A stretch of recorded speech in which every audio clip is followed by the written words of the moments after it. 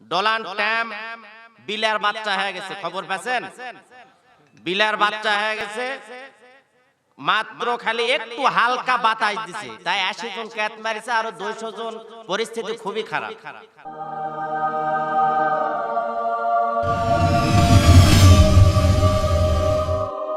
আজকে বোবা শয়তান হয়ে গেছে। কি হচ্ছে? কথা কোন, কি শয়তান? বোবা শয়তান।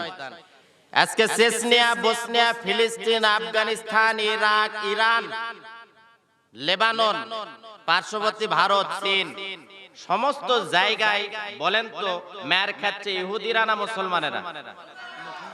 একটু জোরে বলতে হবে, ইহুদিরা মুসলমানেরা? এক নম্বর কারণ হলো মুসলমান আজকে সবকিছু বাদ দিয়ে মসজিদের মধ্যে ঢুকেছে। কথা কোন? মুসলমানেরা এক সময় বাঘের বাচ্চা ছিল, সিংহের বাচ্চা ছিল। তারা হুঙ্কার দিয়েছে, ডোনাল্ড ট্রাম্প বলেন আর মোদি বলেন আর জর্জ ডব্লিউ বুশ বলেন, এরা কিন্তু মুসলমানের কথা শুনলে এদের কাপড় গরম হয়ে যাচ্ছিল। কিন্তু মুসলমানের আজকে আওয়াজ নাই, নিস্তব্ধ। তারা লেজ গুটিয়ে বসে আছে, বিধায় তামাম পৃথিবী থেকে তাদের টুটি চিপা ধরছে আজকে ইহুদি খ্রিস্টানেরা। এই জন্য আওয়াজ দিতে হবে। তবে ইরান, ডোনাল্ড ট্রাম্প বিলের বাচ্চা হয়ে গেছে, খবর পাচ্ছেন? বিলের বাচ্চা হয়ে গেছে, মাত্র খালি একটু হালকা বাতাস দিছে, তাই 80 জন ক্যাট মারিছে, আরো 200 জন। পরিস্থিতি খুবই খারাপ। 200 জন চিকিৎসা চলতেছে, পরিস্থিতি খুবই খারাপ।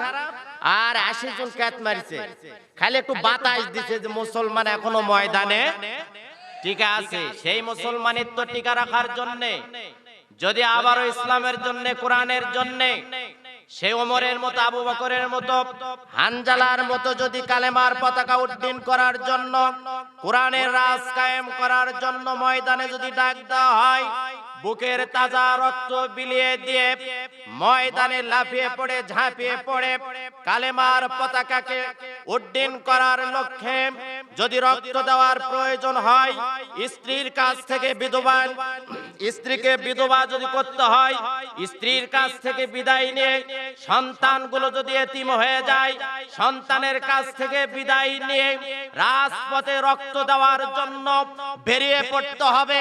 একটা মিনিটের জন্য, একটা সেকেন্ডের জন্য, একটা মুহূর্তের জন্য কোন রাম বাম, কোন নাস্তিক, কাউরে কাছে, কোন বাতিলের কাছে মুসলমান মাথা নত করতে পারে না। কথা বলেন ঠিক না ঠিক?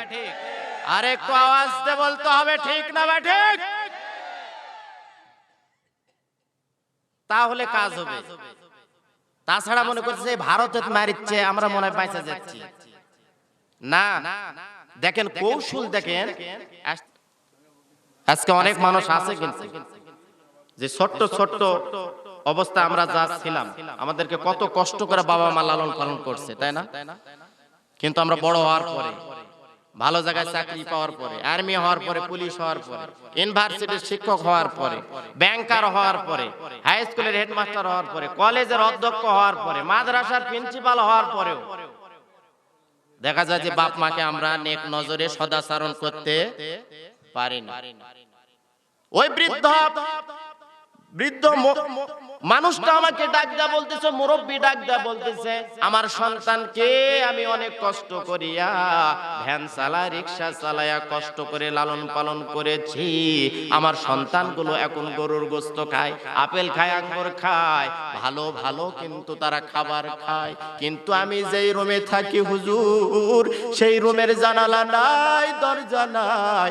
এই শীতের সময় জানালা দিয়া বাতাস আসে, দরজার ফাঁক দিয়া যখন বাতাস আসে, সারাটা রাত জেগে জেগে থাকি, 5 ওয়াক্ত নামাজ পড়ি।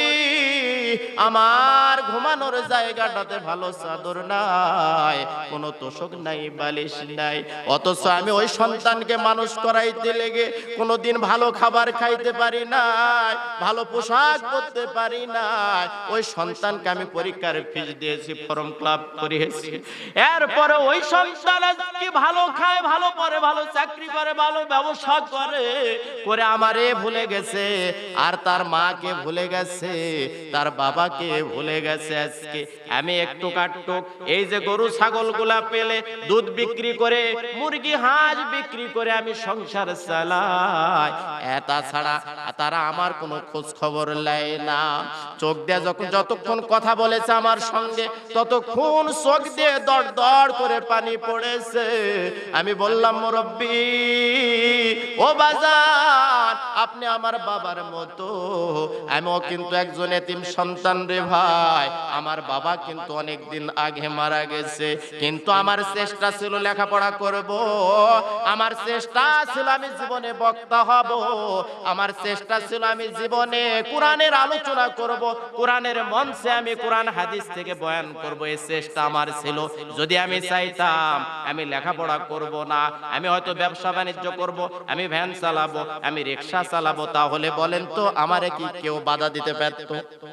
কিয়ামতের কঠিন মুসিবতের দিনে আমার আপনার মুখ যখন বন্ধ করে দিবে, হাত সাক্ষ্য দিবে, পা সাক্ষ্য দিবে। এই হাত দিয়ে কত আলেমের গায়ে আমি চড় মারলাম, থাপ্পড় মারলাম, কত আলেমকে বেজ্জত করলাম, এই হাত দিয়ে কত আলেমকে ধরলাম, গ্রেফতার করলাম, এই হাত দিয়ে কত আলেমের গলায় রশি লাগালাম, এই হাত দিয়ে কত আলেমকে আমরা ফাঁসি দিলাম, এই হাত দিয়া কত আলেমদেরকে, নিরপরাধ মানুষদেরকে, হুজুরদেরকে আমরা গ্রেফতার করলাম। একটাই কারণ, সেটা হলো চাকরির প্রমোশন হওয়ার জন্য। কথা বলেন ঠিক না বেঠিক? কিয়ামতের দিনে দুনিয়াতে আপনি চাপা মেরা থামায় রাখতেছেন, কিন্তু কিয়ামতের ময়দানে এই হাত সাক্ষ্য দিবে, এই ব্যক্তিটা ধর্ষণকারী ছিল না, এই লোকটা জেনাকারী ছিল না। শুধু ক্ষমতা টিকে রাখার জন্য আর চেয়ারকে শক্ত করার জন্য নিরপরাধ মানুষদেরকে জেলখানায় নিয়েছে। কথা বলেন ঠিক না বেঠিক? এক রাতের অন্ধকারে কি করলেন, দিনের বেলা কি করলেন, এইটাকে দুনিয়ার সবাইকে আপনি ফাঁকি দিতে পারেন? বলেন তো, এই হাত আপনার সাথে যায় কি যায় না? চোখ আপনার সাথে যায় কি যায় না? পা আপনার সঙ্গে যায় কি যায় না? সেই দিন যখন টেপ মারা দিবে, মুখ যখন বন্ধ করে দিবে রে যুবক, তখন হাত পা গুলো যখন সাক্ষ্য দিবে, চোখের পানি ছেড়ে দিয়া মানুষগুলো চোখের পানি ছেড়ে দিয়া কান্নাকাটি করবে, আল্লাহ ও দয়ার মালিক, আমরা তো বুঝি নাই, আমরা তাফসীর শুনি নাই, জালসা শুনি নাই, আমরা কোরআনের কথা শুনি নাই, বরং যারা কোরআনের কথা বলতো, যারা হক কথা বলতো, জান্নাতের পথে ডাকতো, আল্লাহ রাস্তায় ডাকতো, জাহান্নামের পথ থেকে আমাদেরকে যারা বাঁচাইতো, আমরা তাদেরকে উল্টা বিভিন্ন অপবাদ দিতাম। ঠিক না? আল্লাহ নবী, বিশ্ব নবী, বিশ্ব নেতা, সরকার দু আলম জনাবি মুহাম্মদুর রাসূলুল্লাহ সাল্লাল্লাহু আলাইহি ওয়াসাল্লাম কোনো দোষ নাই, কোনো অপরাধ নাই, কোনো জেনাকারী না, কারো পকেট মারে নাই, কারো গলায় পিস্তল ধরে কোনো কিছু লুট করে নাই, এরপরেও 3টা বছর জেলখানায় ছিল। আজকে অনেকেই বলে, হুজুর দোষ নাইতে জেলে গেলেন কেন, দোষ নাইতে গ্রেফতার হলেন কেন, আমারে তো ধরে না। ও মিয়া, তুমি তো কোরআনের 6666 আয়াত বেছে বেছে মসজিদে ওয়াজ করো, বেছে বেছে তাফসীর মাহফিলে ওয়াজ করো। তোমার মতো বাইসা বাইসা যদি বিশ্বনবী ওয়াজ করতো, তাহলে সব চাইতে দামি চেয়ারটা আবু জেহেল আল্লাহ রাসূলকে দিত। আল্লাহ রাসূলকে আবু জেহেল ডাক দেয়া বলতেছে, ভাতিজা রে, আমরা গন্ডগোল করলে অন্য লোকে কি বলে, তাহলে আমার যে মূর্তিগুলো আছে, লাত মানাত উজ্জা আছে, মাঝে মাঝে গিয়া সেগুলার মাথাটা একটু নাড়ায় দিয়ে আসো, আর আমি তোমার মসজিদে যা মাঝে মাঝে ঘুরে আসবো, তাহলে চাচা ভাস্তার গন্ডগোল হবে না, মাথা ফাটাফাটি হবে না, মানুষও আমাদেরকে খারাপ বলতে পারবে না। বিশ্বনবী জনাবি মুহাম্মদুর রাসূলুল্লাহ হুজুর ডাক দেয়া বলতেছেন, ও চাচা আবু জেহেল, আমি তোমার কথাতে একমত হইতে পারলাম না। আবু জেহেল ডাক দেয়া বলতেছে, ভাতিজা, যদি আমার কথা শোনো, যদি আমার কথা মানো, তাহলে কিন্তু তোমার যে চেয়ার হবে সোনার, উহুদ পাহাড় সমতুল্য সোনা তোমারে দেয়া দিব, তোমার স্ত্রী পরিবার পরিজন সোনার গহনা দামি দামি শাড়ি, দামি দামি ফ্রিজ, দামি দামি খাবার খাবে, কিন্তু তোমার স্ত্রী পরনে কাপড় থাকে না, তুমি তো ছিঁড়া পাঞ্জাবি গায়ে দেখো, এটা আর ঘোরা লাগবে না। যদি আমার কথা শোনো তাহলে সব চাইতে দামি চেয়ারে আমি তোমারে বসানোর ব্যবস্থা করব। দিনের নবী ডাক দেয়া বলে, চাচা যেই দিন থেকে আল্লাহ রাব্বুল আলামিন এই দুনিয়ায় আমারে পাঠিয়েছে আর আল কোরআনের প্রচার করার দায়িত্ব দিয়েছে, সেই দিন থেকে দুনিয়ার কোন জালেমের কাছে আমি মাথা নত করব না। এমন কি এক হাতে চন্দ্র আর এক হাতে যদি সূর্যটাই না দাও রে চাচা, একটা মুহূর্তের জন্য বাতিলের কাছে, রাম আর বামের কাছে এই মাথা নত হবে না। আবু জেহেল খমোশ হয়ে গেলেন। আরে কয় কি? আবু জেহেল ষড়যন্ত্র চক্রান্ত শুরু করে দিল, তাহলে তো এই বেটা আস্তে আস্তে তেল দেওয়ার হবে না, আরে ছাই দেয়া ধরা লাগবে। মুগীরা আবু লাহাব উতবা সাহেবাদের নিয়ে গোল টেবিল একটা বৈঠক করলেন, সেই বৈঠক কিন্তু এখনো হয়। কথা কন না?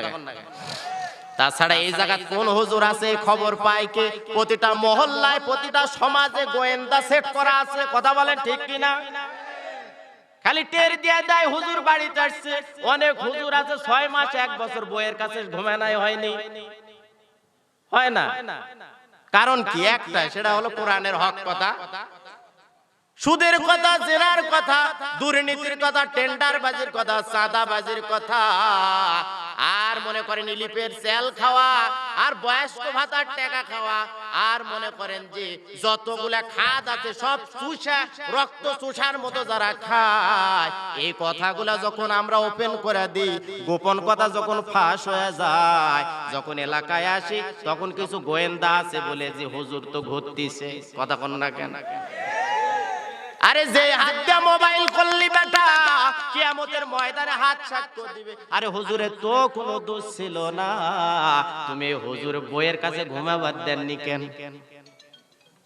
হ্যাঁ, তুমি এই শীতের সময় কম্বল জড়া বউ সওয়াল নিয়ে 3-4টা বউ সব লিয়া শুলু, আর হুজুরের একটা এর শোয়া হলো না রে।